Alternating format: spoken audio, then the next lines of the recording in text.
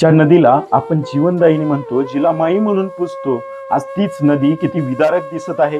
कृष्णामाईच्या पात्रात आज हे मासे नाही तर निसर्गाचा आक्रोश तरंगतोय. बघा हे दृश्य, हे केवळ मासे नाहीत, हे या नदीचा श्वास होते.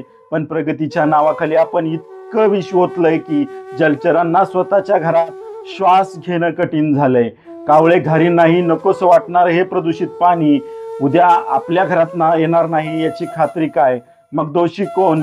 ते कारखाने जे चोरून सांडपाणी सोडतात, ते प्रशासन जे डोळ्यावर पट्टी बांधून बसलंय, की आपण जे हे सगळं उघड्या डोळ्यांनी शांतपणे बघतोय.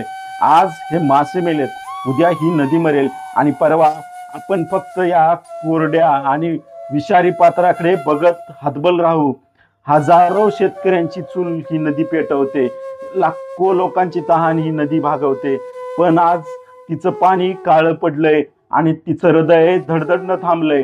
आपण निसर्गाची ही आग ऐकणार आहोत की अजून विनाशाची वाट बघणार आहोत? वेळ अजूनही गेलेली नाही. कृष्णामाई वाचवा, कारण ती वाचली तरच आपण वाचू.